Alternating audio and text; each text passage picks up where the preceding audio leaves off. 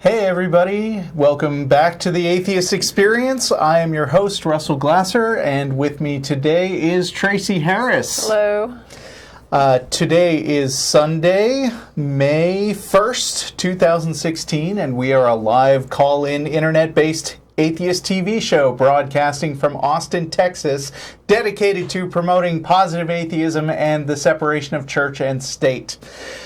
We are live every Sunday. You can catch us on YouTube or Ustream. The official Atheist Experience website is www.atheist-experience.com.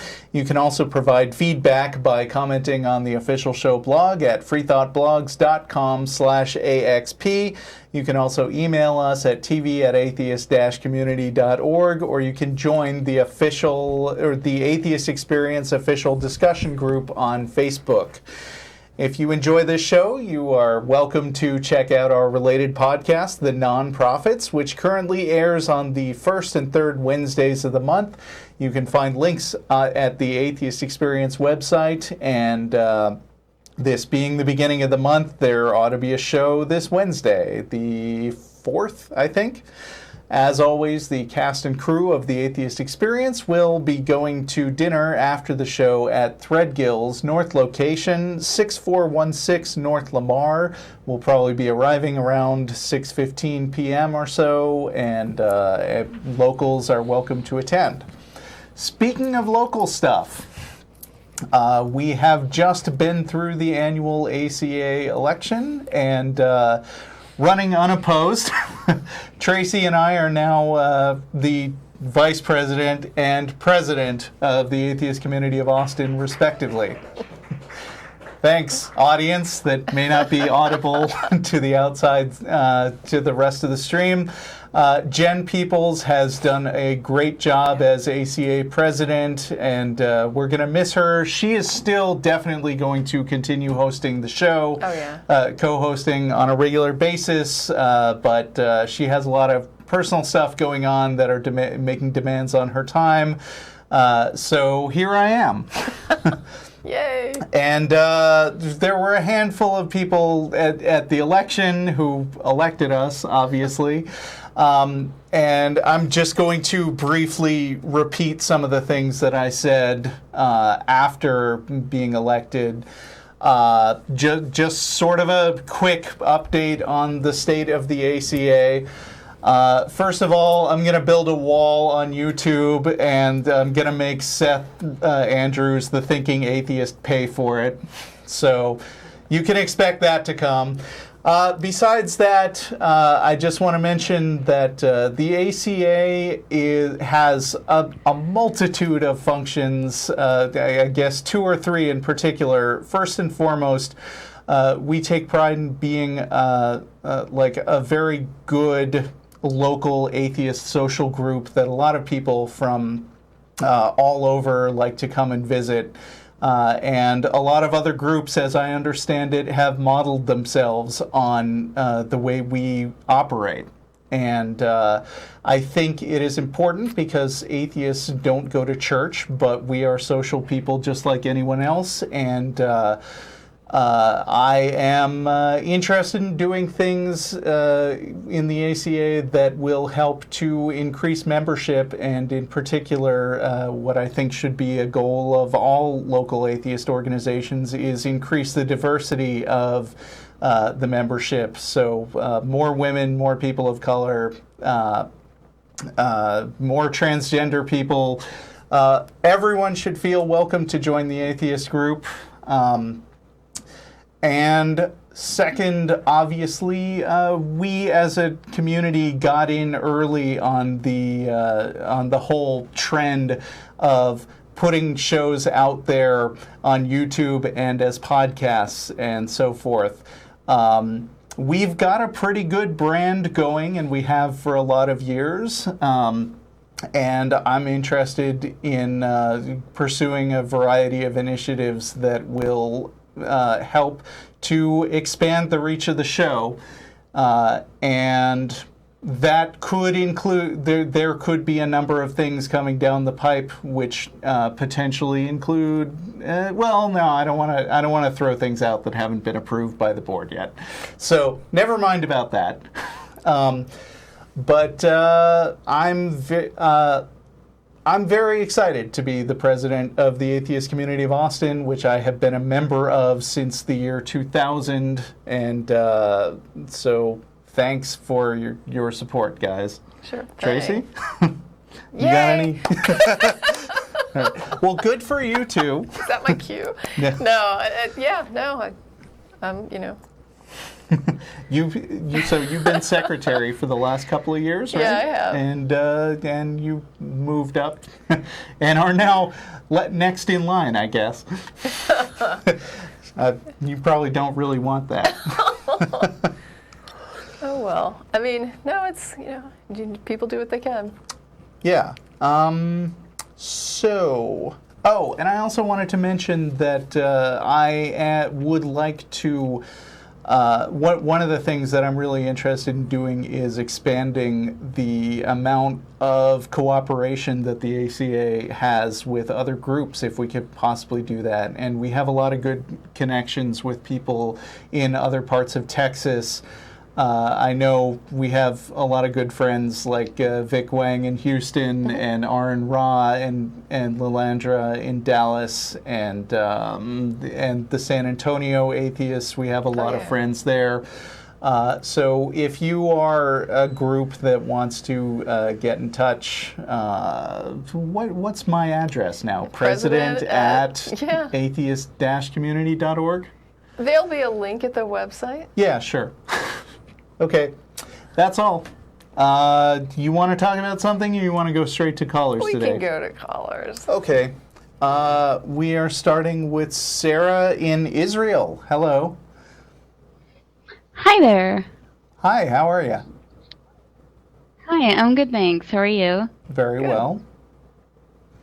Okay, is there a delay or something, or it's okay? No, you can go. No, we can hear you fine, although make sure that you are not just running the stream of the show at the same time you're trying to listen to the call, because that can trip people up sometimes. Okay. Well, first off, congrats to both of you. Thank you. That's very cool. My question, don't want to get you guys involved at all, like, politically, though it kind of is involved with it here in Israel. Mm-hmm. But we have a law here that it's mandatory to join the military at the age of 18.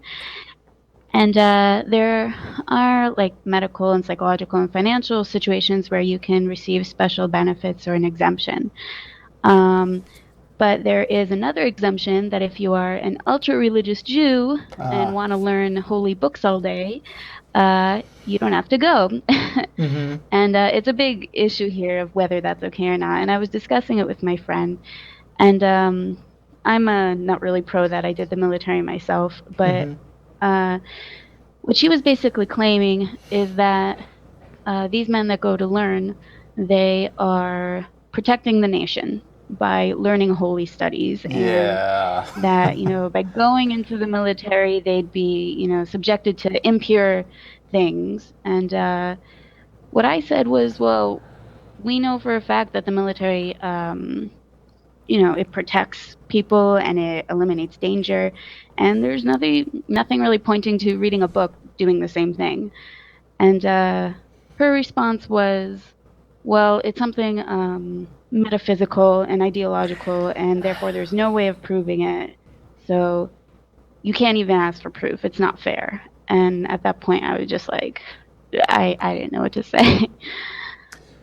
And I was wondering if you guys might know, like, how to respond to something like that. What you basically just described was that she made a claim, and then when you asked her to demonstrate it, she said, yeah, there's really no way to demonstrate that what I just said was correct.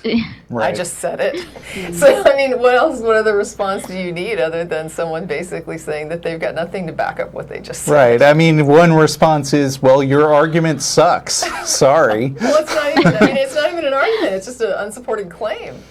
I mean, and you can turn but around and say, yeah, and I think that it doesn't help the nation there, and I've got just as much support. You know, other than you can actually, like you said, enumerate ways in which other things are supportive of security, and that this, in your mind, doesn't really lend itself to any additional security for anybody in your society, and unless she can come up with how that makes your society more secure, simply saying, yeah, I don't have any real evidence that I can show you, doesn't really help her. Yeah, I mean, arguing with people kind of has to be a two-way street. You know, if you are trying to set policy for your country or an organization, then you need to actually persuade people that you are saying things that are correct, or at least hoodwink them into agreeing with you.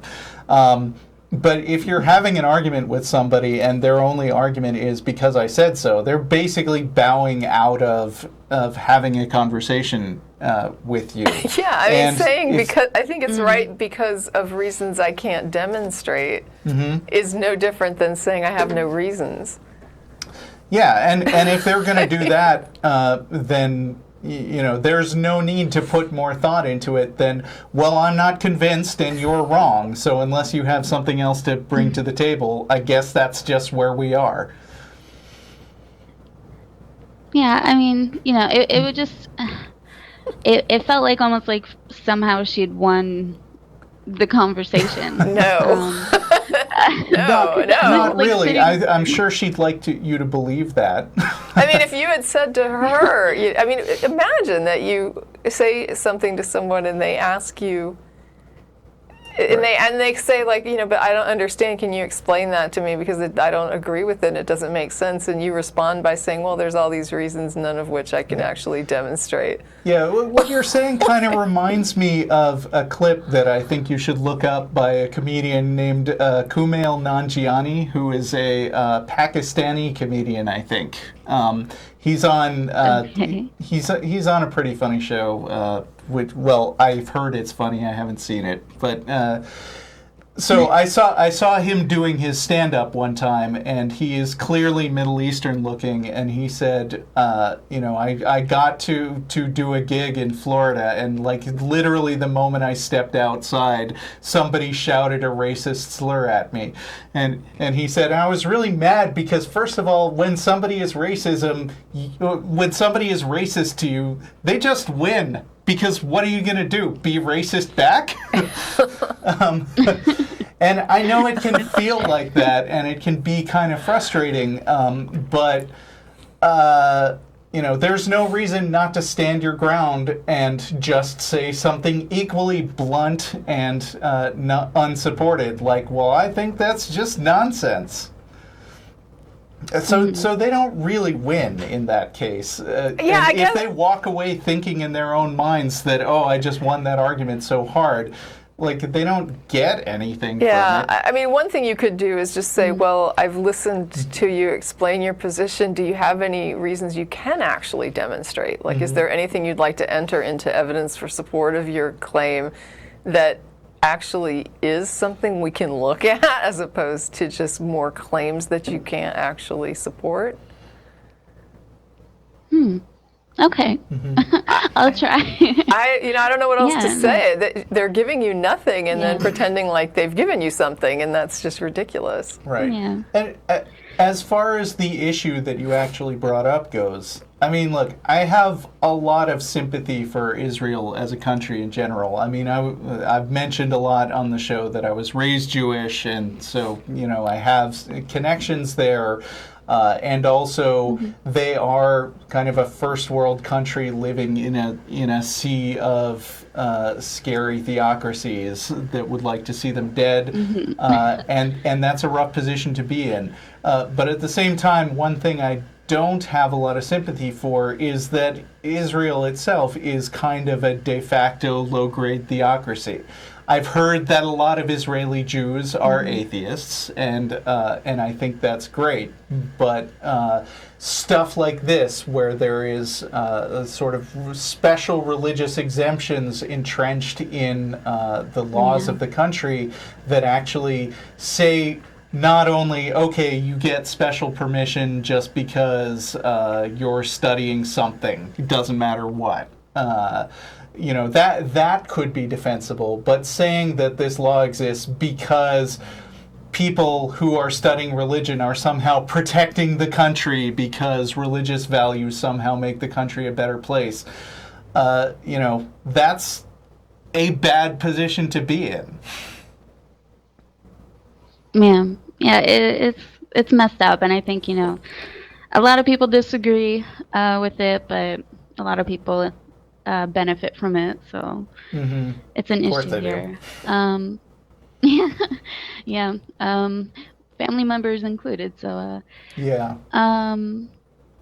I just wanted to also just put in one other thing, if that's okay. Okay.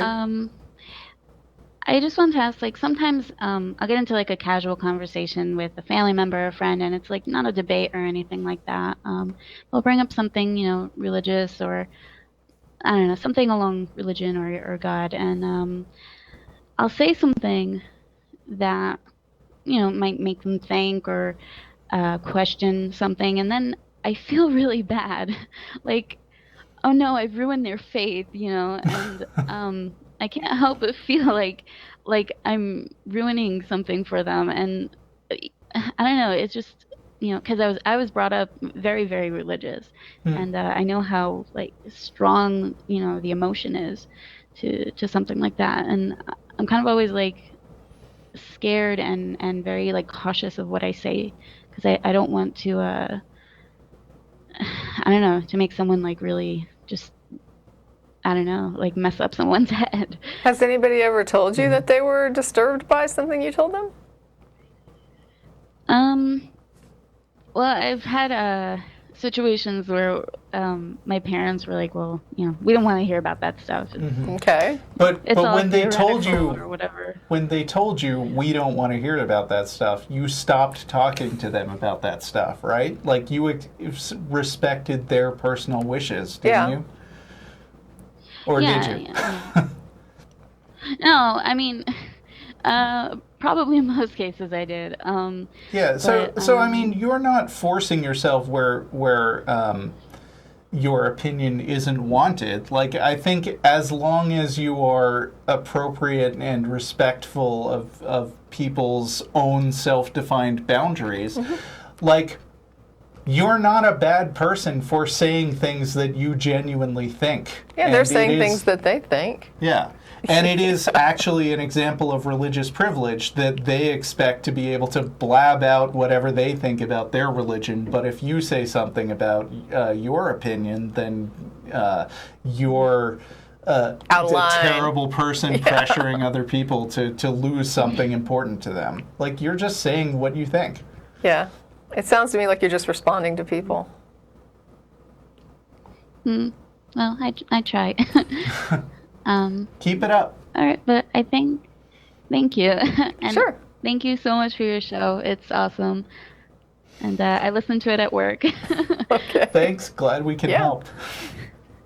All right. Have a great evening. Thanks, Sarah. All right. You too, Sarah. Bye. So we have a lot of countries today. This is interesting. So this is Victory in India. Kerala, India? Is that right? Yes, sir, absolutely. Hi. Hi, sir, hi. It's my first international call. It's an honor to call Atheist Experience because I already saw so many episodes on YouTube.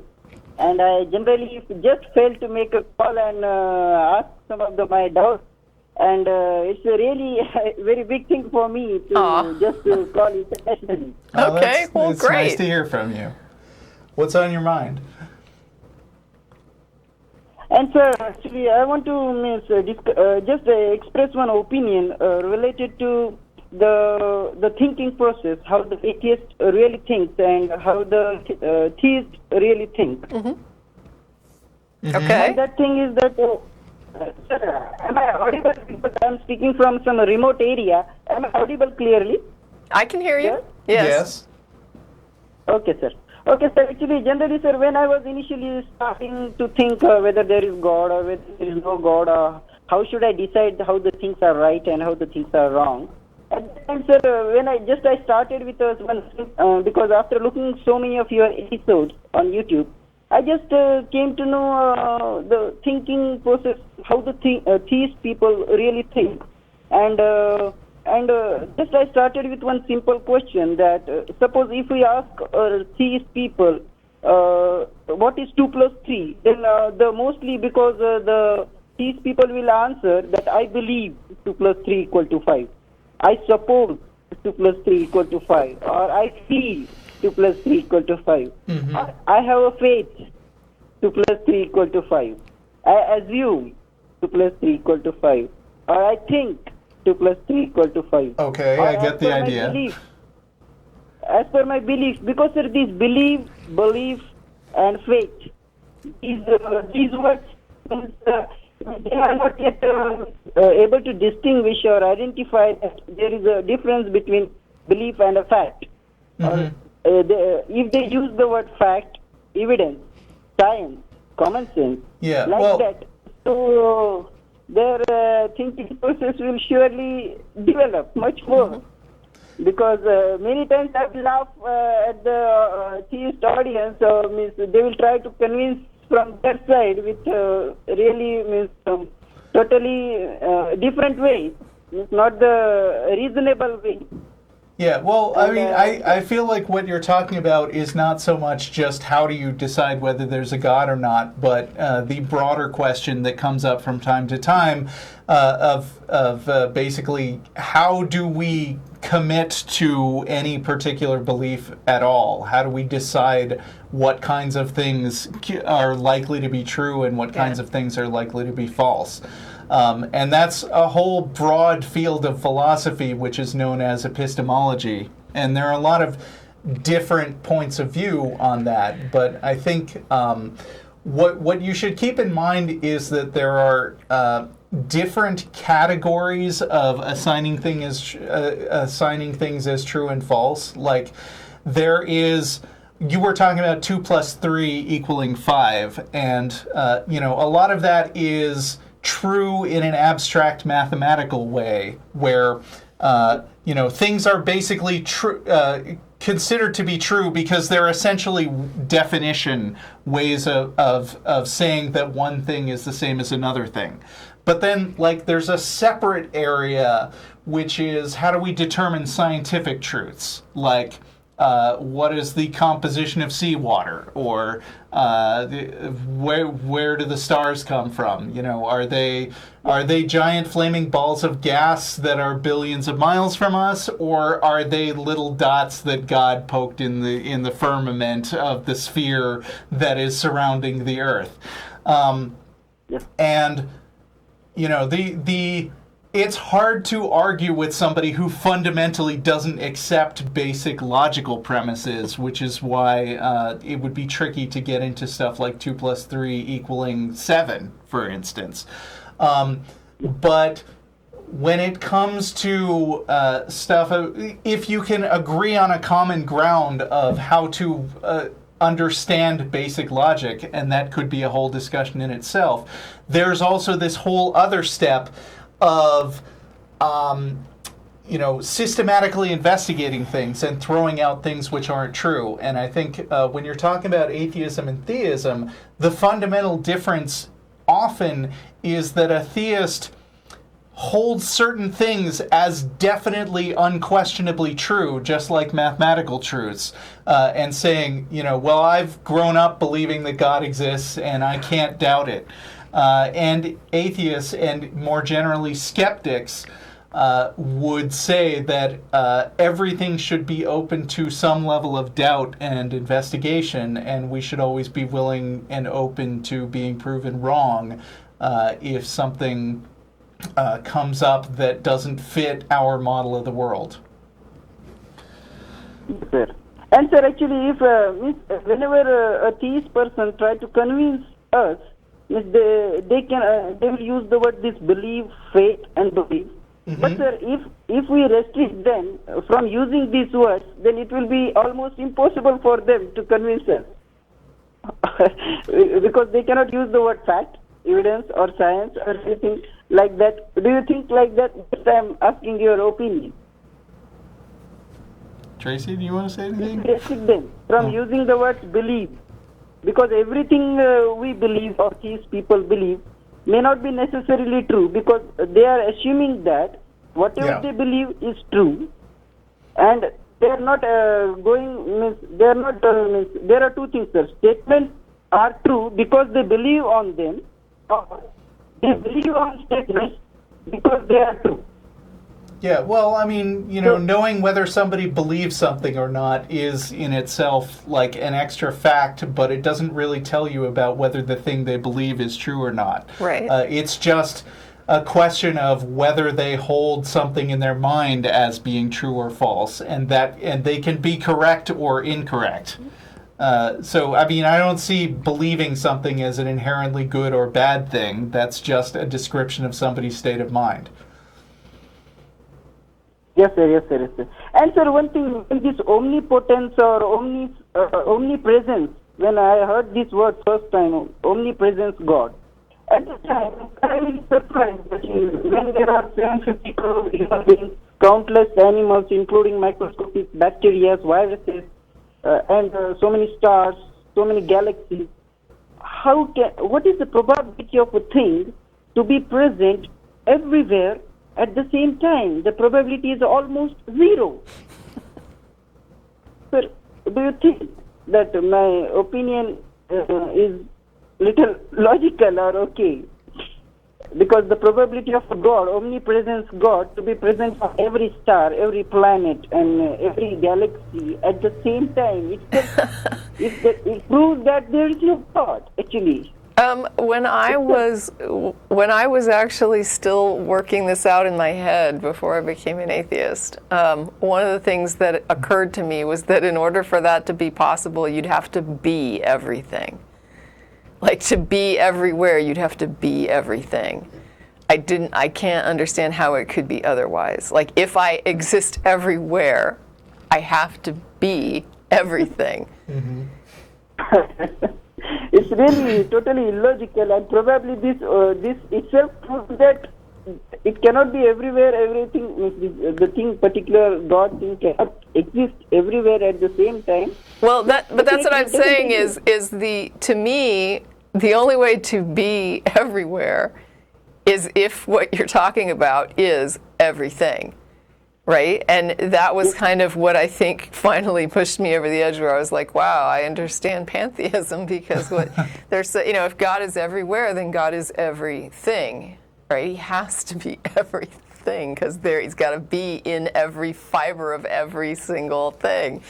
So at that point, I was just like, aren't we just talking about the universe at this point? I mean, that is the set of all things, right? That's what universe means.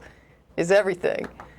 And so that was what I just started. It was about a week of pondering that before I was just like, well, then all we're talking about here is the universe, and if that's what there is, then I don't really see room in there for something else. Like, what else would there be beyond everything?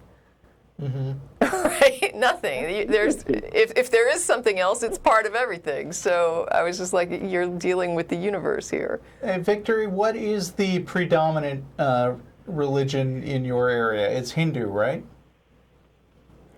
Actually, sir, our India country, actually, we have suffered a lot because of this religious wars, caste discrimination, gender discrimination, poverty, corruption, and means the greatest loss to humankind is, what I feel personally, is because of this religious issues, the India-Pakistan separation of the countries into 2 countries, 4 countries, and lakhs of people got killed. And I'm really, because of our religious beliefs and thinking procedures and not following standard things, we innocent people, we are killing. Yes. Yeah. Yeah. I mean, that is right. That is definitely a big concern. But I meant in your day-to-day encounters, like when people try to talk you into religious belief, what are they usually trying to convince you of? Sir, they will try to convince us mostly that there is a God, means we should believe in God, we'll get afterlife, we'll get reward. This is the exam, we'll get reward. Okay. But Is that mostly specifically Hindus or mostly specifically Muslims or what? I was going to say, because isn't Hindu kind of tied to the idea of reincarnation, and then ultimately sort of like Buddhism, that they have this sort of end game where you stop reincarnating once you've gone through all your karma? Or I mean, I'm sure I'm just hacking it up, but isn't that kind of it? Actually, sir, Hindu population is also more. And actually, I was before calling on the show, I was thinking, should I tell my original name on the show or not? Because our country is a religious country, and on the name of religion, any bad can happen in our country. And I was fearing to tell my original name. Okay. That much actually I really fear, because it's not only it happens in Bangladesh or somebody, because atheist people, it's very difficult to live for atheist people when you are normally out. Or if you are a social worker, it's very difficult to live, because when you are alone, when you are out, anybody can kill you, anybody can attack you, and no investigation will happen. But if a religious buddy or religious person is killed, even if he is not politically active, or even if he is not rich, a serious CBI investigation or the highest authority investigation will take place, and the environment will be like something, a really special thing. Because religious things are very, very seriously taken in our country, but not on the ground. Not those problems will not be missed. The original problems will be kept aside, and other religious problems will come into. Actually, sir, if you look at the situation of our religious temples or religious every religious organizations, a lot of money is there. Such a huge amount of money is there that we don't have to beg for money to World Bank. That much money we already have in our religious. I think we're running out of time a little bit on this call. Yes, sir. And yes, sir. Actually, I already expressed my opinion. It's a really honor to talk with you, and really thank you very much for the opportunity given. Sure. Well, thank you for your input, and thanks for letting us know what it's like over there. Yeah, good talking to you, Victory. We don't hear from a lot of people in your country. Okay. So, appreciate the call. Yes, sir. Thank you very much. All right, thanks. Bye. All right, we're going to continue our world tour. We're now in Sweden, and we have Hakam who wants some advice on something. Are you there, Hakam? Yeah, I'm here. Hakam. No, it's okay. Yeah. Hi. How are you? I'm good. Yes, I have been like atheist since I was probably like 10, 13, in talking with my atheist dad. And, what were you before? Where were before? I was born in Sweden, so. He was Swedish, and now he's an atheist. What? Yeah. No, exactly. I've always what? been I was always like questioning everything, but I didn't like title myself. Well, like, were you raised with any other religion in your family, or did you just kind of no. solidify? Okay, I got it. No, my mom was more like a little bit religious, but she didn't like title herself like Christian or anything like that. But my dad always told himself that he was atheist. Wow. Well, you're the first person I've ever spoken to who deconverted from Swedism. Yeah, exactly. I'll quit trolling him, Tracie. Yeah. The new version of post-talent. Okay. So what can we do for you? Yes, I have from my love from she's a Muslim, and that is like pretty interesting because she's from Indonesia, and that is very like, I will not say strict because probably exist more stricter Muslim countries, but their family is very conservative. Atheist doesn't exist in their world, and they of course want me to marry her in a Muslim way, and that means I need to become a Muslim. and that is very interesting for me. Like, That's what the hell? interesting. Yes. Are they immigrants recently to Sweden, or are they native Swedes who just came? I think you said Indonesia. What? I thought he said your family came from Indonesia. Indonesia. They are. It's like a long distance relationship. That Okay. came- Oh, they're I see. in Indonesia. Oh. Okay, Yeah. okay. Yeah. So, So the long distance relationship is hard enough to begin with, and I speak from exactly. experience. But you've also got her not only as a Muslim, but kind of a serious Muslim, it sounds like. Yes, exactly. How did you guys? I mean, I assume you met online because that's what the Yeah. kids do nowadays. Oh, okay. I was wondering if it was at university, but okay, yeah. No, it was like it was on the internet. Okay. What do you guys like about each other, if I can pry?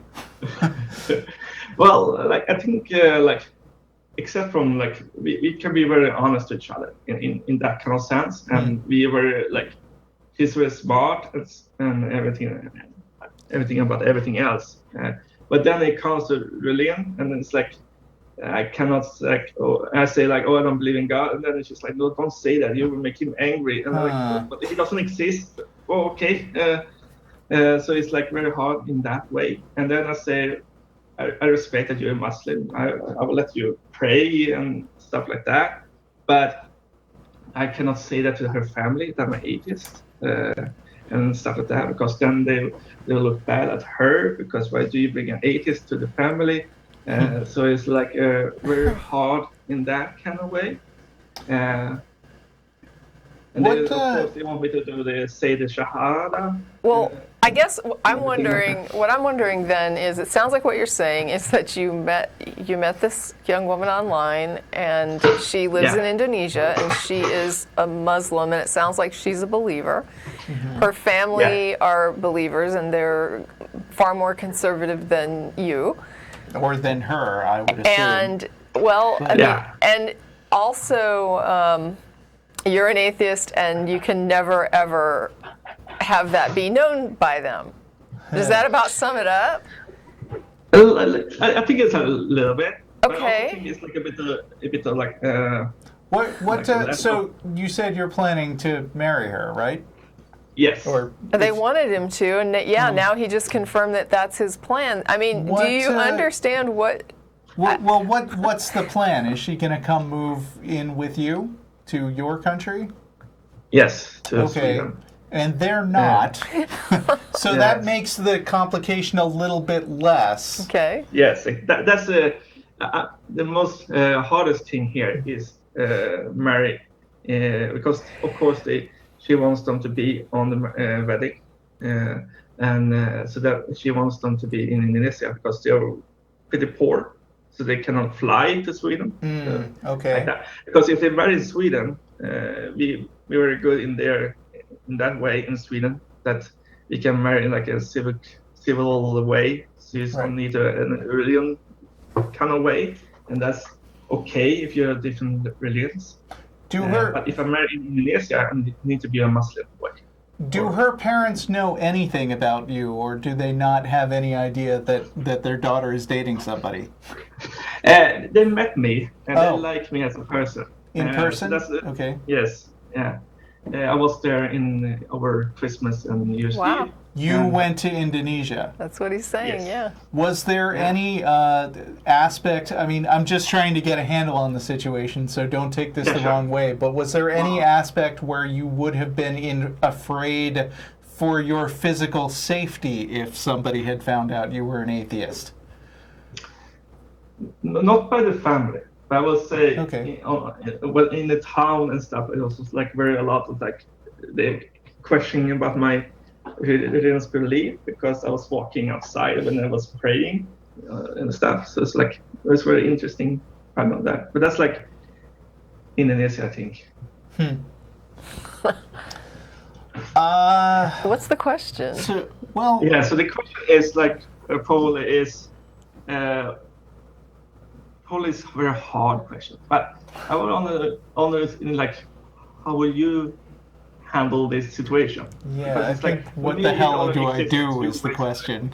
Yeah, I mean, I don't understand. Like, you say that you want to marry her, and you say that she's willing to come and live in Sweden. Her family's very poor, so they're probably not going to come to Sweden. That's probably an incentive for her to marry you, So- being blunt about it. I guess, though, the question, are you asking specifically how to handle the wedding? Is that what's going on I here? don't- Or?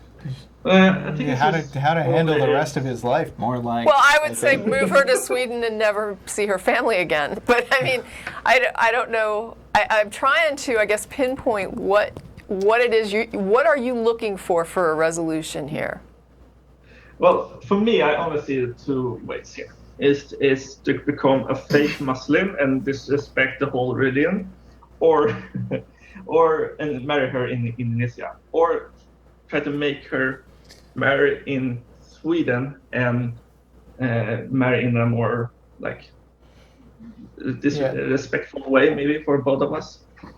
I mean, so I think there are a lot of layers to unpack here. One is like, and you didn't ask me to put an opinion on this, but like, but I mean, you know, one question is this really a good idea?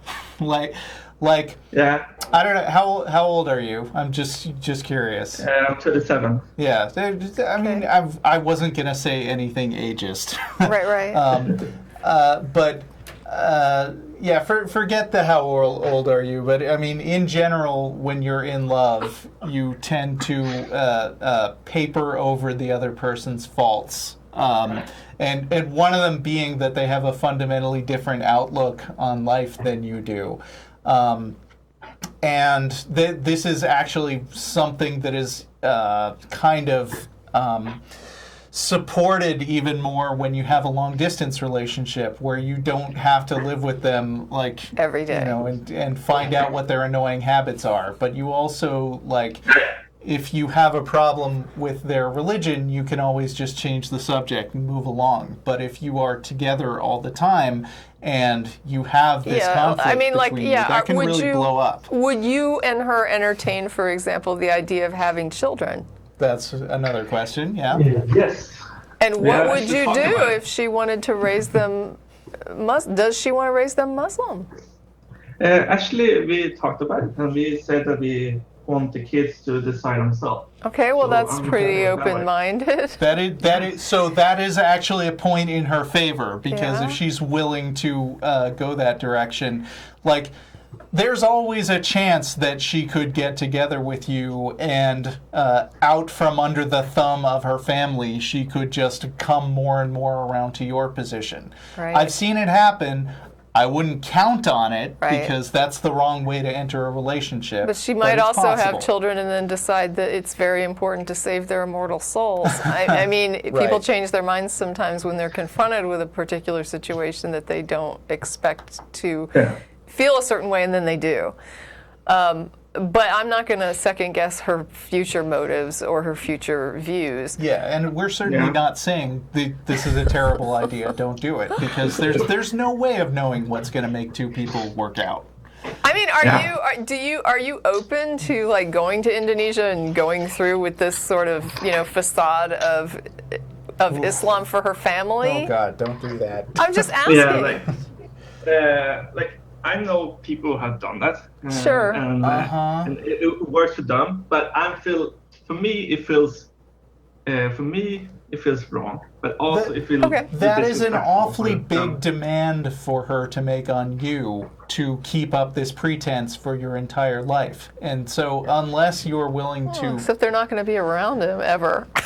Yeah. I mean, it would be like a one-time But thing. like- You go, you do the weird ceremony at the mosque or whatever they do, and then you just go back to Sweden and do whatever you do. I mean, But another factor is like, how close is she to her family, and how close does she want to continue being to her family? Because, I mean, if she expects, you know, oh man, I got to get out of here, and I don't care if I never talk to these people again, like, your outlook is a lot different than if she's going to say, oh yeah, I want to visit them at least once a year, and I want to present you as my good Muslim husband, like all the time.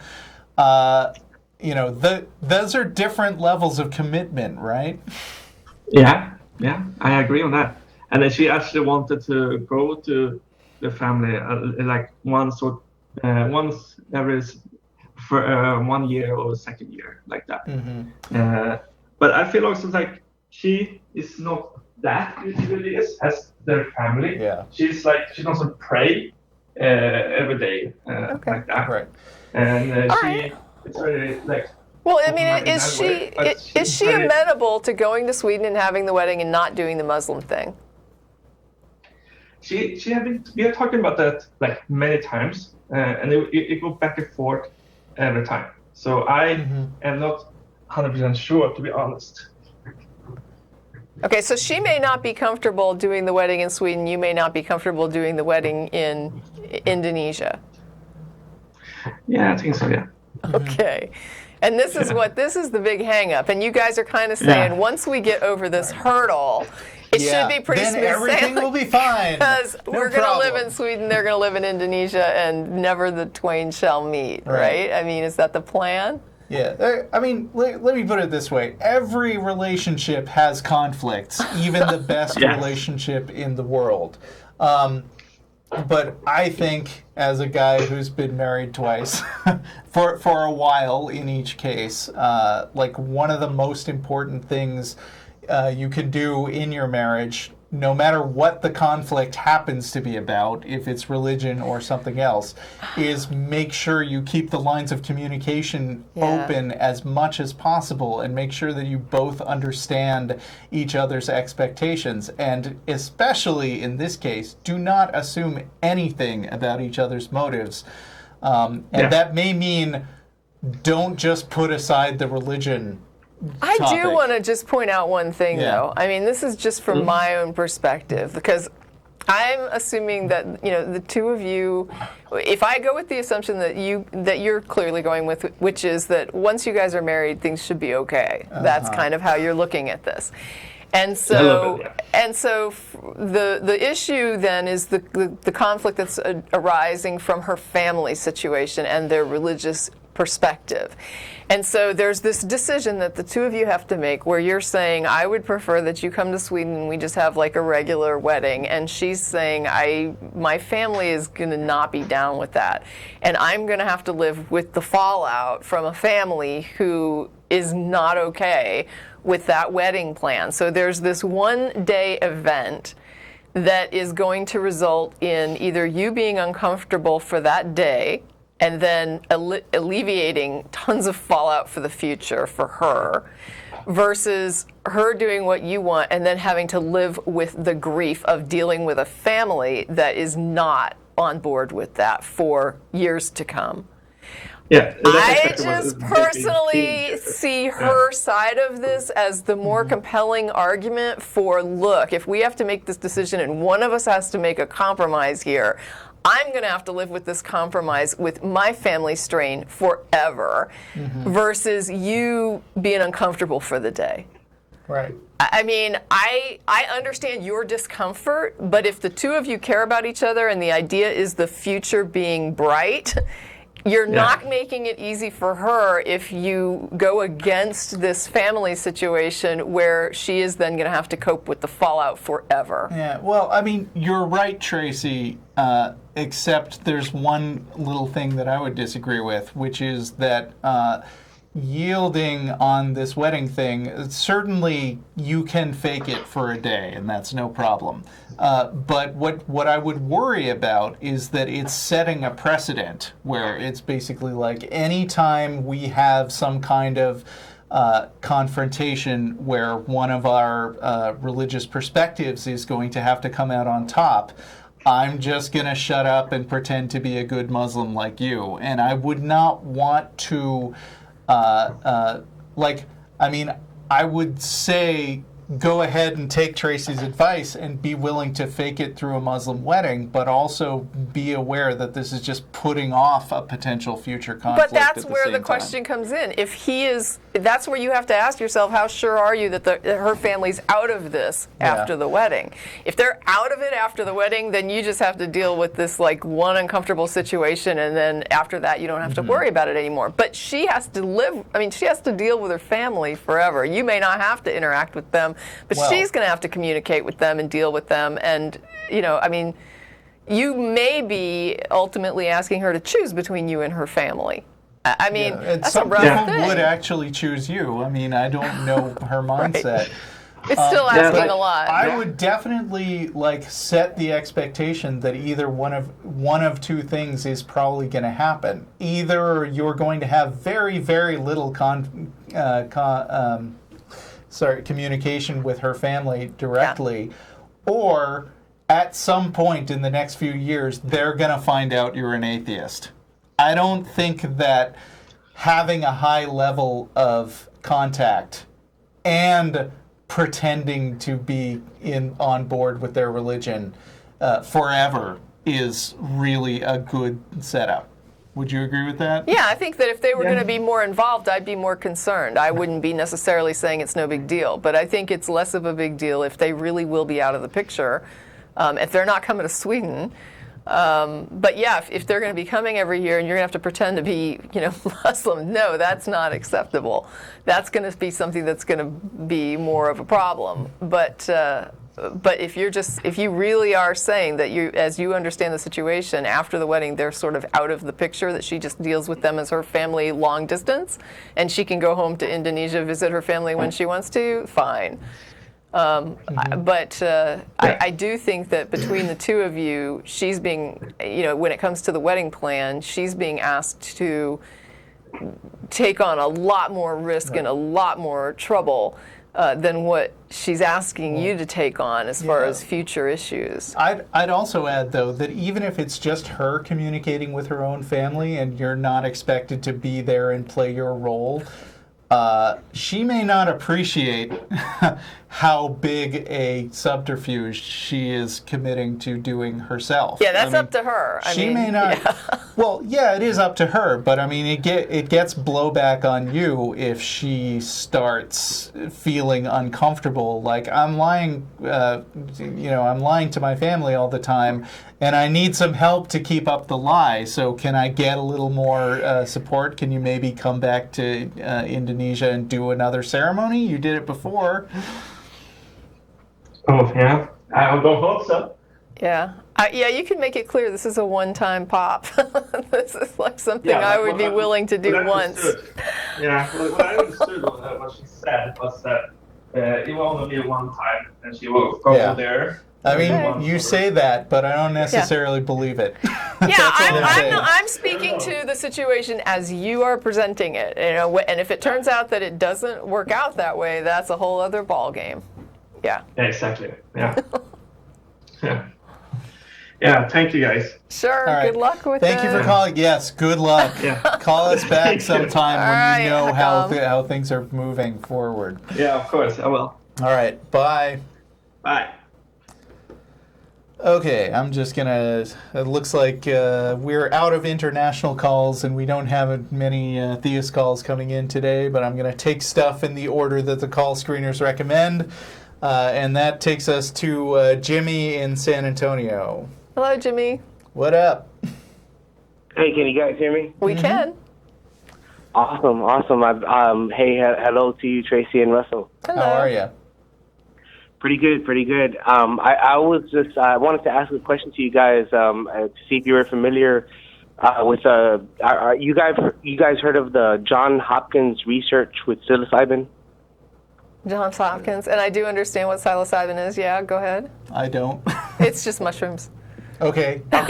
Well, I mean, Were we talking about getting high off something right now? I don't know. No, we're not. All right. Well, there's an older idea called perennial philosophy. Have you guys heard of that? No, that I'm not familiar with it. Oh, Tracie, have you? Because Tracie, I've heard you mention things like Carl Jung's synchronicity and stuff like that. I know you know. I know you study a lot of diverse, But no, I haven't heard of this perennial philosophy, no. Wow, I'm surprised. Surprised you haven't. Okay. There you go. Now you know. No. Well, I mean, if I may introduce you guys, if you don't mind. No. Can you make it short-ish? I mean, we don't please, need an just entire college course on it. I understand you guys got to get to a lot of calls. Well, basically, there's this research going on with psilocybin. It is the constituent of the mushroom, the the psychoactive compound that causes the hallucinogenic effects. So it's not the mushroom itself, but they use psilocybin, and in its pure form, and it's injected through a syringe into volunteers. And what they've what their findings are saying through this empirical research is that they're able to cause mystical experience. Okay, I don't doubt it. I would say it's every bit as valid as other mystical experiences I've heard about. I think you'd have quite the experience if someone pumped you full of No, I think you're missing the point. Okay. In other words, there's a biological thing that it's natural to human beings. That, in other words, a phenomenon in consciousness that doesn't happen. Natural. Yeah, like almost like a near-death experience. Maybe you've heard of DMT. Yeah. DMT is a cousin compound of psilocybin. Yeah, we've gotten some live ones on DMT. Well, I mean, the implication of this study is saying that it's this experience is natural to human beings. That it doesn't have to be necessarily induced by the psychedelic itself. Correct. That it can be induced by near-death experience, by meditation, by even in some cases a stroke, as in Jo Bolt Taylor. Maybe you've heard of her. So I mean, we're agreed. We know people have weird mind experiences. We're agreed that when you put your mind in a chemically altered state, then you have weird experiences. What's the philosophy angle? Okay, well, I know that people have weird mind experiences, but what people are saying about this experience is that they're trying to define it very concretely. They're defining it as a very particular altered state of consciousness that exhibits certain characteristics. What are they learning that is potentially true about the universe in this way? Well, the implications of the study, I recommend to look into it itself, but they adopted this term mystical experience, right? And it's a scientific study. I think, let me just help you out here. Is what you're trying to say that they're actually doing studies on what has historically been labeled the mystical experience with regard to like human religion, for example, and that they are looking for maybe a more concrete explanation of what exactly this is? Kind of like somebody saying, well, let's study the near-death experience and see what's actually going on in people's brains. Yeah, exactly. In other words, they're saying that there's like a neurological and evolutionary basis for a subjective experience traditionally categorized as spiritual or religious. Right, right. I gotcha. And so, I mean, it's a sort of a thing that has evolved to this point where they, in other words, at one point, mystical experience did mean the union with the divine. Sure. That's how people defined it, right? Mm-hmm. Yeah. But nowadays, it's interpreted by these neuroscientists, the people involved in these studies, the scientific work that's been done, they're regarding them as purely an altered state of consciousness of a very specific kind. Sure, I'm sure it is. Yeah, in other words, it's not just, weird brain experiences that overlap with other weird brain experiences. They can define it to a T.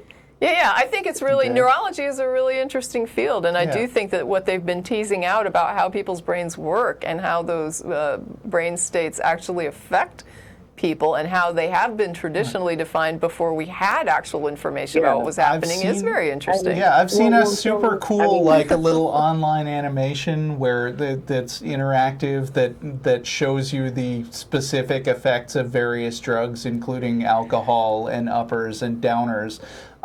Being someone who's very cautious about altering my brain with drugs myself, like it's still interesting in an academic kind of way to know what people are experiencing when they do this stuff.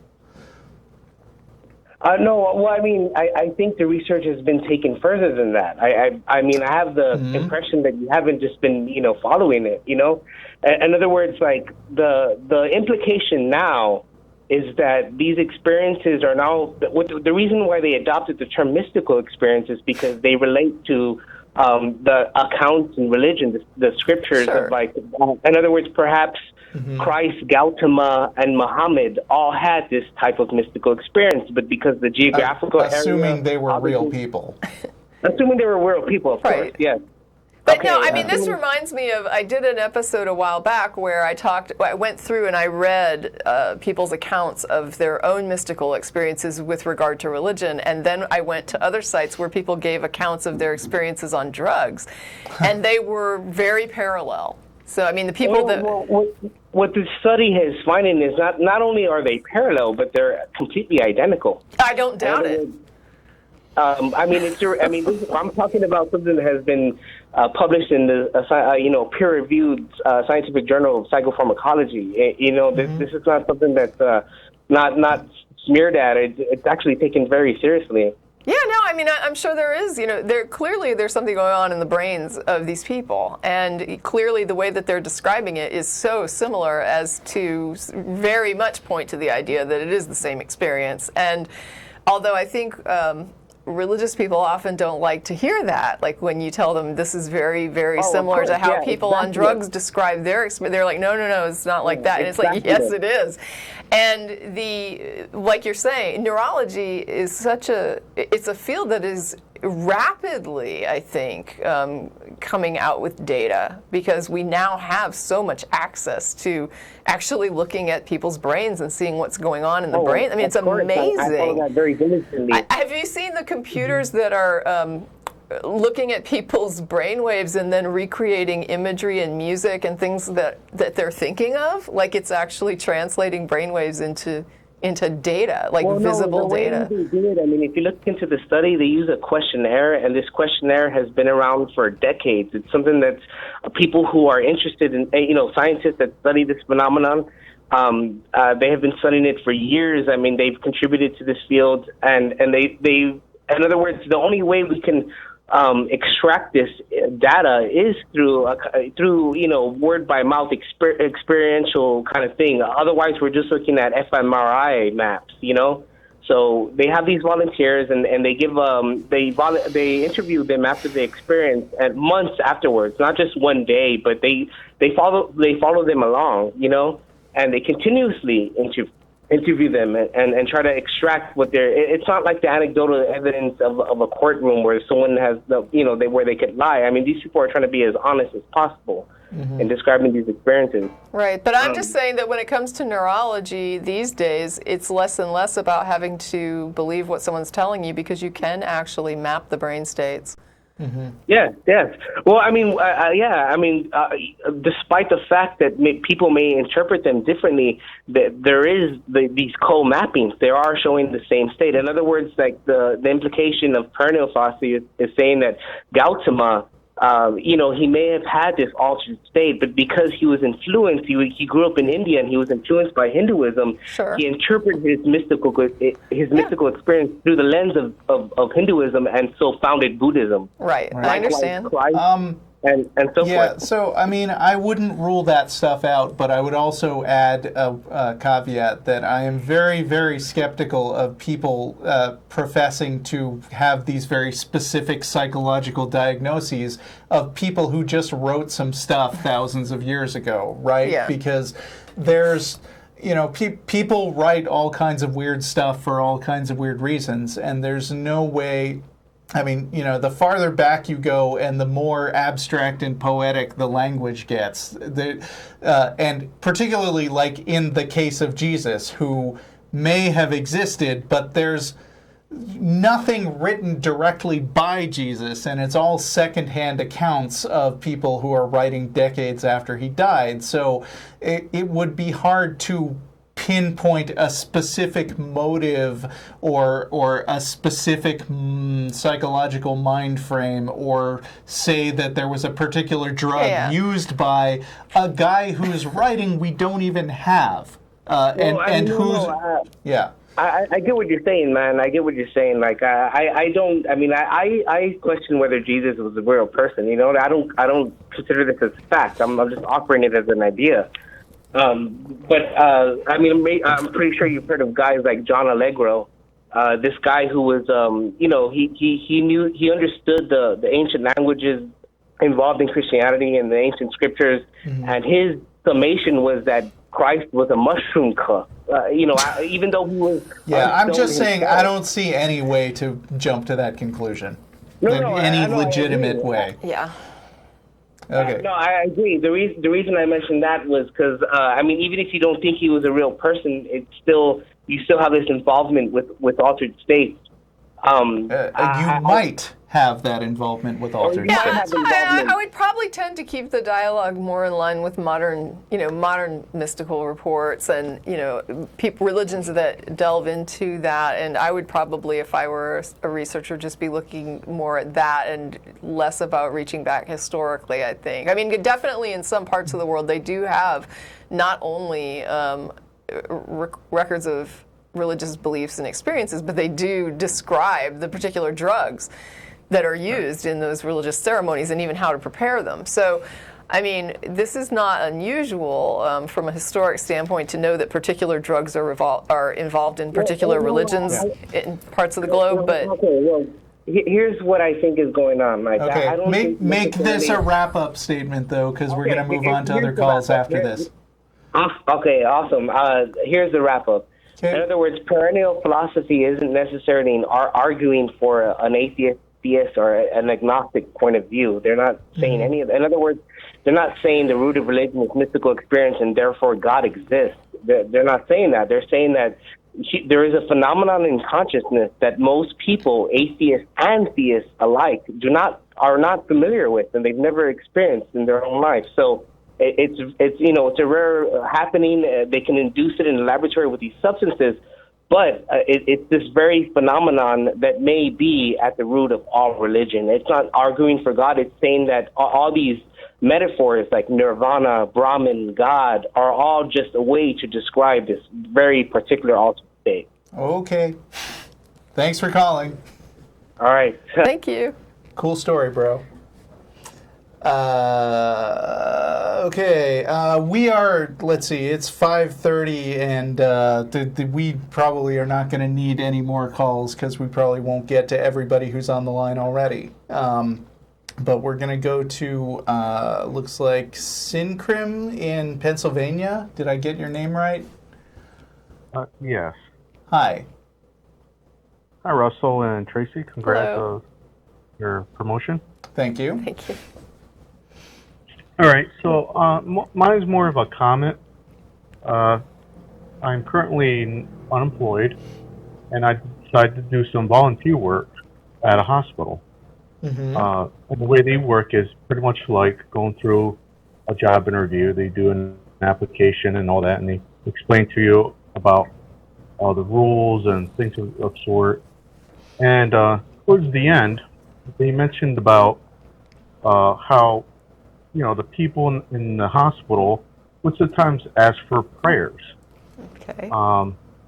We are a very small community. It's a mostly Christian-like community because we got like a church almost at every corner, along with a bar. And when she mentioned that, I didn't want to say that I'm an atheist. So I said, well, I'm non-religious. I don't know too much about prayers and things of that sort. And she seemed like she was kind of, I don't know, taken back from it. Okay. And she said that usually, people ask for these sort of things. They like to have prayers because, it's their belief, gives them comfort, which I understand. But I don't know, I just didn't feel comfortable, praying for someone. Because I never really prayed in my life. Are they saying that you are required to pray with patients? It's not I don't know if they're saying it's a requirement, but they preferred if you were like a theist of some sort, so you could pray for people. Sure, okay. I mean, I understand that. Do they have on staff a chaplain? I'm not sure. I haven't been to this hospital very often, even though it's right in my town. But I don't know if they have one in there or not. It's a very good question because, first of all, you are, I guess, or trying to enter a situation where, basically, I guess I would say it's not necessarily about you. Right. It's about Right. Giving the clients or whatever let what me they need. Ask, But what is like the you said, nature? What is the nature of the volunteer work? Like when you volunteered, what was your understanding of what you were volunteering for? Well, it could be of multiple things. It could just moving patients around, just going visiting people. Okay. There's no real work without pushing for it, but hopefully I'll get some experience and they might hire me. You know, So it's like a comfort role, like you kind of helpful and comfort role. Right. Okay. I mean, are you comfortable praying with a patient? Like if a patient said they wanted to pray, would you be happy to like hold their hand and tell them to feel free to pray and that you'll sit with them while they pray? But also going back to your question about the chaplain, like, isn't it reasonable to expect that if they ask, you know, would you pray with me? You could say something like, I don't do that, but I can get you somebody who will. Yeah, I think it's totally fair to say that, you know, oh, we have a chaplain on staff, let me go and get the chaplain for you. I think that's what I would do. I don't even know that I would bring in my own, you know, like I don't do this or so. I think I would just say, oh, if you're looking for spiritual support, we have a chaplain on staff, let me go and get them for you, and they can come and sit with you and do this with you. I would tend to find out if most hospitals have some kind of support like that. And if they don't, like you said, if there's a church on every corner, they may want to look into partnering with a church like that for that kind of support, like to see if there is somebody that's on a church that's nearby that when a patient wants a prayer meeting that you could call and say, hey, are you available to offer this, that, you know, this patient wants this. It depends on your comfort level. Especially if they're volunteer driven, like that, they should be okay with that. But I mean, it is a little weird that they would actually exclude you from doing a job that you are presumably capable of doing. Oh, I don't think they're excluding him. I think he just said that it made him uncomfortable when he heard it. Oh, the other thing, though, is when you do this volunteer work, is it you and other people that will be working at the same time, or will it just be you when you're on the shift? I'm assuming that it's probably a few people. I'm not sure how many. I didn't go in much in detail because they didn't give me a tour of the place, so I haven't made it that far. So I didn't get a whole lot of details. It's pretty much like. Okay. Because the other option would be to go to one of the volunteers who is comfortable praying with the patients, you know, and say, you know, look, I'm on staff and this person asked me to pray with them, and I don't really do that because I'm non-religious, and so I would really prefer that they have somebody who shares their belief in God to sit with them and do this. I think that would be more sincere for them. And maybe see if there's other volunteers who would support you in that way and be able to help the patient when you can't. Right, and I did kind of mention like what Russell said, where she asked me if they asked for a prayer, what would I say to them? And I was going to do like what Russell said was, well, maybe I can find someone who will pray for you. Yeah. But she didn't seem to be very satisfied with that answer. And when I came to the conclusion that she was not going to take me in, so before I left, I said, may I ask you a question? She said, sure. And I said, now what would you do if someone who is a Muslim or any other religion asked you know, if you could decide to pray for them, how would you do it?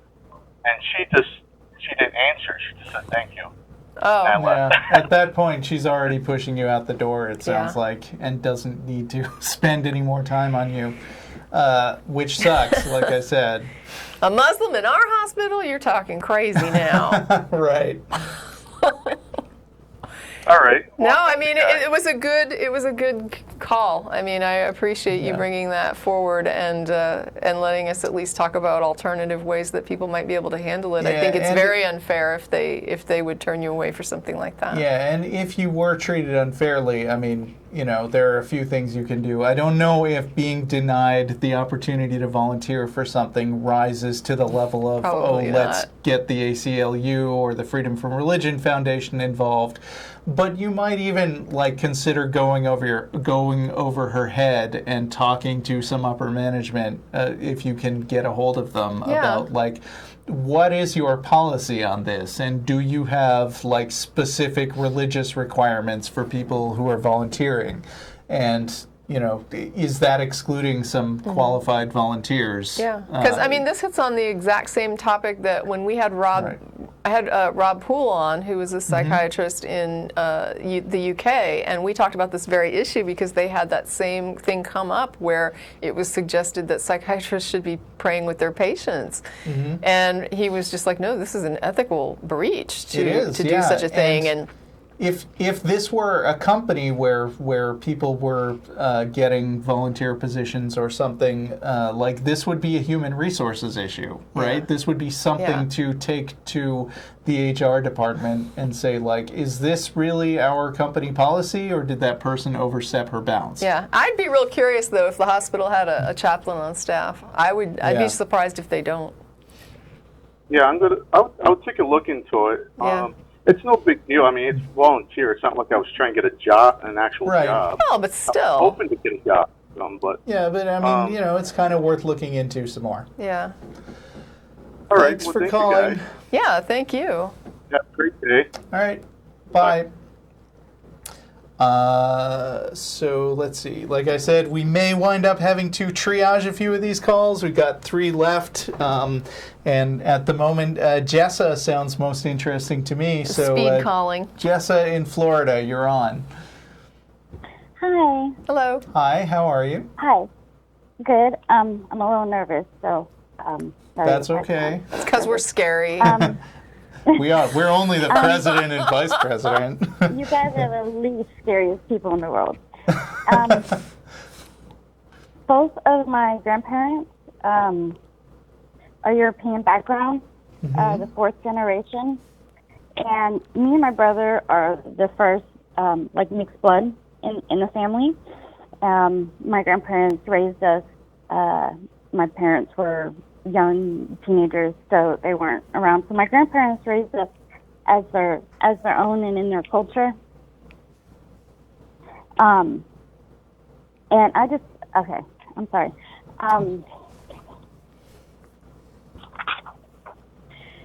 They were very religious, and we went every Sunday as toddlers to the youth group. Every Sunday service, Wednesday service, we were baptized, we were confirmed. And I guess my question was, is it possible? Okay, let me back up a little bit.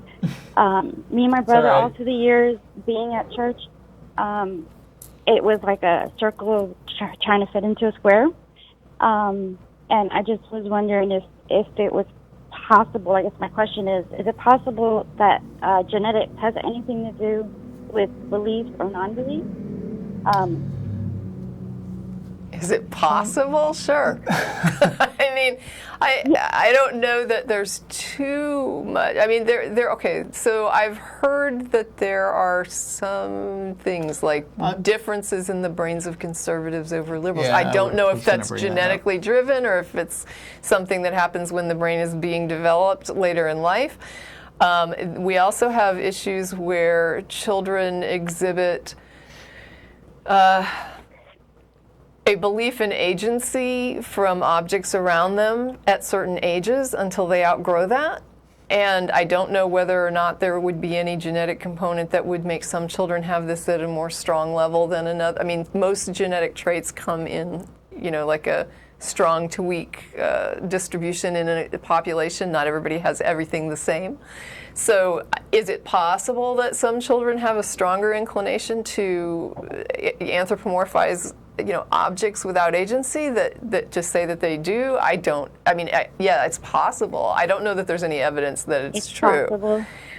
Well, it's not. I should say it's not impossible. I mean, I don't know. I don't think we have enough information to know that that's actually genetically driven, but it does seem to be a common human trait. And I also want to add another dimension to that, which is that children do, by and large, tend to go with the religion of their parents. So the biggest predictor of what religion you'll be, for instance, is where you live. Yeah. But that's not... but whether or not you believe it, or to what degree, and whether or not that's but determined... most people tend by default to go with their parents' I agree. Yeah. What I'm saying, though, is if she's asking, is a belief in God somehow driven by genetics, right. I would say I don't know. I understand that, but like there is this other thing that can make it appear to be genetic, which is that based on how you were raised, you can tend to just fall by default into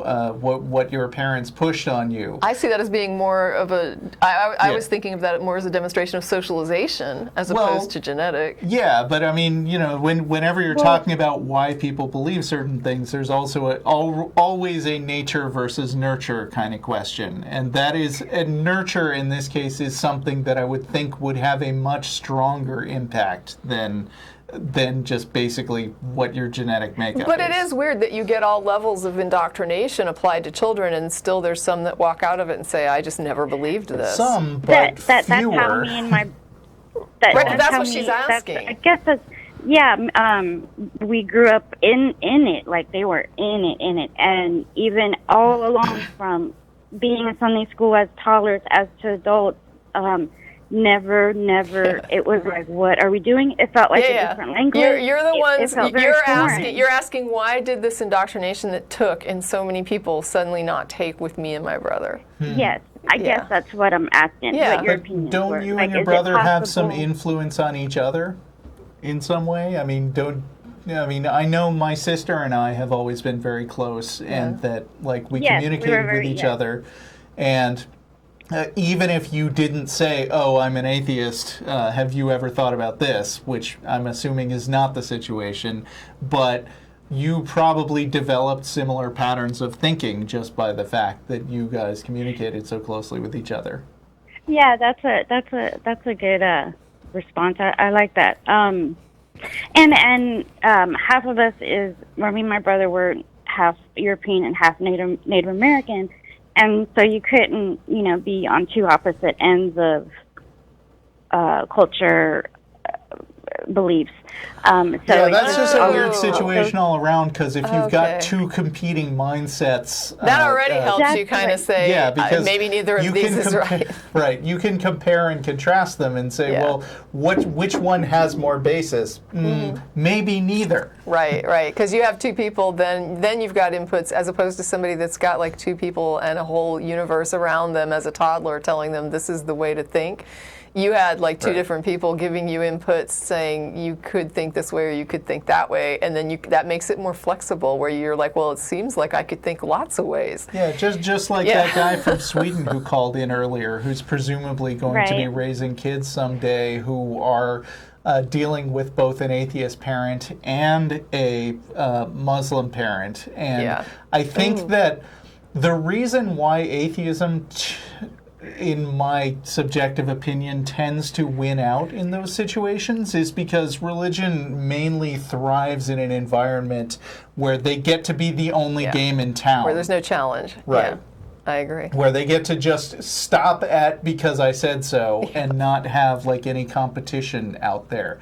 That's why people are super religious in very small towns where everybody knows each other. Yep. And it was just so strange, just seeing like my peers. It's just a very strange thing to watch somebody believe in something so much, and you're questioning that. Even as a kid, it was just, why aren't these other kids questioning, or why are they just believing in all this stuff that just doesn't make sense to me. We do get letters like what you're describing. I mean, we get letters from people who basically say, I went through the most rigorous indoctrination you can imagine, and it just never took. I never believed it. It always seemed completely foreign and odd to me. I mean, you're not the only person in that situation, so just know that there's other people that are like you, kind of saying, I don't know why it took with all these people that I grew up with and it didn't take with me, but I could never made sense to me. And it's just interesting, and then hearing the callers and you guys, where it happens in different times in people's lives, like this, I guess the switch or Yeah. but it's good that it happened. The So, other you know, thing, though, that so- makes me think is what, and somebody, I'm asking this more than asserting it, but I seem to remember some kind of a study recently, or that I heard about recently. I don't know how recent the study was, or, you know, but, and I might be getting it wrong, but I don't know, Russell might remember. But there was something about rates of autism are higher in the atheist community, I thought. That, like, people that are autistic tend to be atheists more than... And I could be getting that wrong. I might be thinking of something else that they lean toward. I definitely remember something about what you were saying. I think the effect was relatively slight, and there were good reasons I could come up with about that, but I mean, I don't think I'll go into that. Yeah. Well, I just remember reading something about literal interpretations, that people that were autistic would lean more toward literal interpretation. But I'm not going to say too much, because this is something from you know, a while back that I just kind of remember reading. And so I feel almost hesitant to mention it, but you might want to Google it. Okay. And just see if you can find what it is I'm remembering and if it's relevant.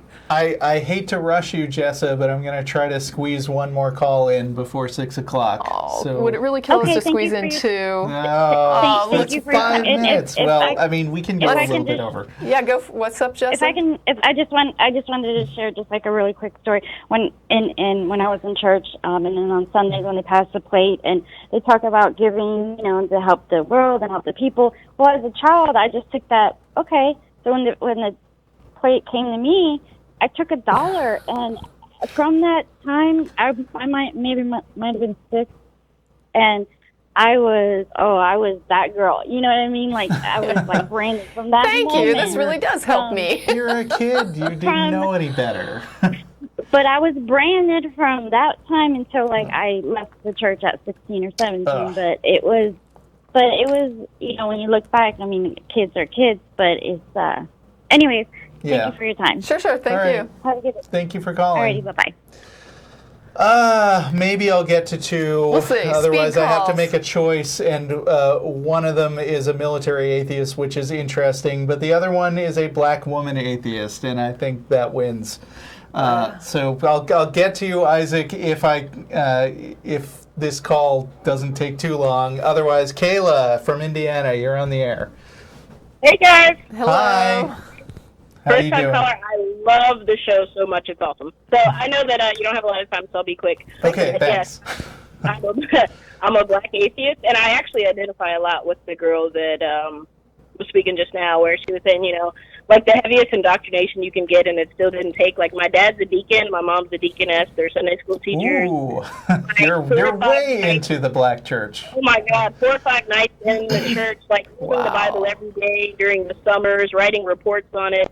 And I'm just like a thinker, you know, and I think for myself, and I read, and if I read and I think, I realize that this is not only like incorrect but immoral, and even if it was true, why would I follow this? It seems terrible, but I'm also a lesbian, so... Oh, you really hit that. Wait, we're past the trifecta. That's like the quadrifecta. Yes. So, and the funny thing is, it was actually harder to come out as an atheist than a lesbian, which sounds, you know, funny, because you would think because they knew that I had a girlfriend, they met her, but they were like, well, we'll just pretend like it doesn't exist, and maybe the Lord will teach her, and, you know, we'll be nice to her and whatever. But then I was like, well, I don't really believe in Jesus. What? And I haven't heard from my dad. I haven't heard from my dad. I talked to him like once in the last week or so, and so it's just like, it's scary. Like, a lot of people say, you know, oh, why are black people? Because it's like a brainwashing thing. Like, I feel like it's PTSD. Like, we've been, you know, put down so long that we don't know anything else. This is what we need, and we're afraid. And I don't know. I guess I really just wanted to call and encourage other people that you're not alone. Good for you. I know what it's like. It's hard, and it's a little bit scary, but I would rather be like an unpopular atheist and live truth than like a popular theist and live a lie. So. Well, then I should probably plug black non-believers. Oh, yeah. I mean, if we're going to go there, then, yeah, there's support if it's needed. Yeah, and we are always glad to hear more voices like yours, like speaking up and setting an example. I think that's great. Yeah, absolutely. All right, thanks, guys. Sure. Thank you for calling. Thank you. Bye. And last call, Isaac in San Antonio. Hey, Isaac. Under the wire. Not in San Antonio, up in Toma, Wisconsin, but... wow. Wow. Then it's the call screener's fault. That's fine. He actually knew who I was talking about, though. I doubt I'm going to get to the second part. So there are two lovely ladies down in San Antonio, Texas, for the Air Force for basic training that have an atheist group. I know Matt's former Navy, so Yes. I hear that all the time. And from everything I could hear a couple years ago when I was in basic, they were the only military base with an atheist or atheist-friendly group that was able to meet on Sundays. Okay, so are we just plugging them? Is that what we're after? I guess, unless you have some more time. Check out the Lackland Air Force Base Humanist Group if you happen to be in that area. There you go. Well, what was your second point? Yeah, go ahead. Both my girlfriend and I are atheists, and I ended up getting into, unfortunately, a bit of a debate with her about heaven. Oh, okay. That's weird. My understanding is that she believed in it, and I'm like, there's no reason to believe in it. It's irrational, yada yada. But wait. I'm confused. Wait, I'm confused. Did you just did you just say my girlfriend and I are both atheists, and we got into an argument about heaven, and she believes in it? She's an atheist who believes in an afterlife. Yes, or at least what it came down to afterwards, after about a half hour, is she hopes that there's one. Which I was like, oh, that's fine to hope in it, but to say you believe in one, it's kind of, Yeah. Does she hope there's a hell too, or? I'm just curious. I tried asking that. She was like, no, it's that, if you have a poor life, hopefully you get a good one. Right. But what if you're Hitler and there's this? Does he go to heaven too? I mean, is he in heaven? Do we all just go to heaven? There's nothing bad. I was having a hard time understanding even from her about it. Would she want to be like in heaven with Hitler? I don't know. I'm just curious. Like, I just want there to be a heaven where everyone goes. Like, really, everyone? I don't know. Yeah. That's good. It's a little spooky. I don't know what is. I mean, you think about that saying about like how it's immoral to have this eternal punishment for a lifetime of sins, but it's our crimes, and then you say like, well, but I would rather have everyone just get eternal reward. It's like, wow, I don't know. I don't know if that's better. I can get on board with purgatory. I can let Hitler work out. Like they are still finite sins. Just keep him there till he's rehabilitated. I am sure. No genocide in heaven. I would bet that your girlfriend just hasn't gone into this all that much, and it's not surprising that people want there to be an afterlife. Yeah. It's kind of like the karma thing, right? People will say, I hope there's karma, and what they really mean is, I would like to see horrible things happen to horrible people.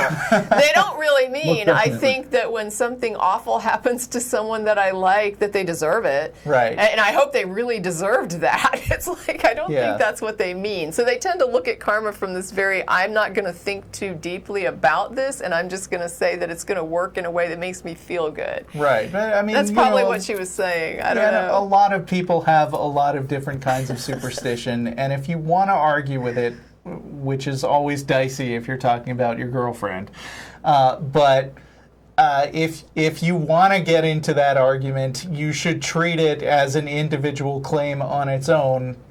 And no different from any other religious belief, but this one is in the absence of any kind of God belief. Yeah.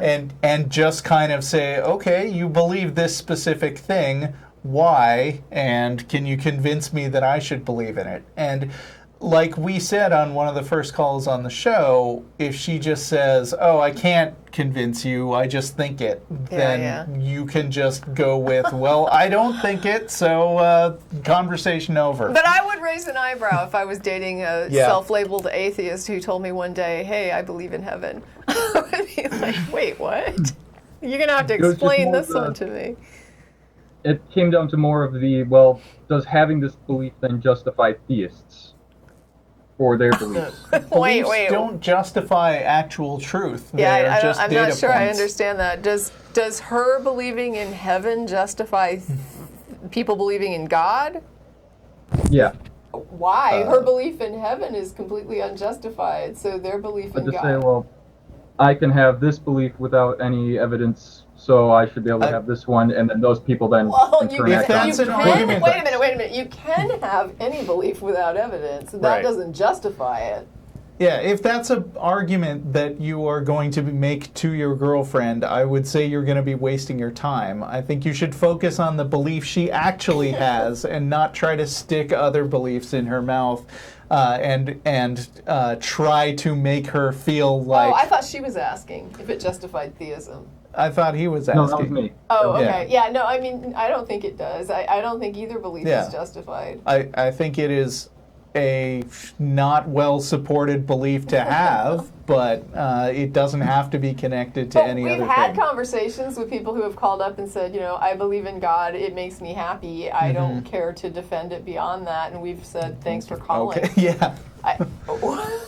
Okay, I mean, what can you do with that? Not much. You just, at that point, it's just about, this person feels good believing it, and they aren't interested in whether or not what they believe is true, and so there's not much you can do with that. And I was happy when we got done with our conversation, because it came out to be, it wasn't belief, it's hope. Okay. What if it had been belief? Good enough. That would have been kind of odd to call it for her to say, well, the atheist aspect, but right. We've been dating for plenty long enough, we're comfortable. Thank you. All right. Well, thanks for calling. All right. And that was the Atheist Experience for May 1st, 2016. I think I dropped my mic. Oops. Not in a Should have good dropped way. your mic. How long has it been there? Thanks to our lovely audience for coming from so many places today. And we will see you next week.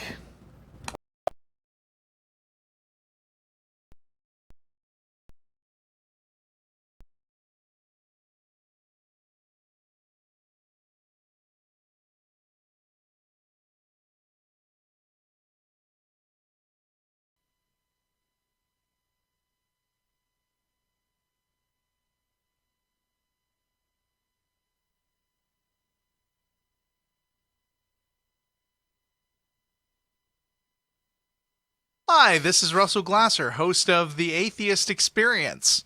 The Atheist Experience is made possible by volunteers and the generous support of viewers like you. If the promotion of positive atheist culture and separation of church and state are values that you hold, please consider contributing by becoming an ACA member or visiting our product page at evolvefish.com under the Partner tab. Thank you.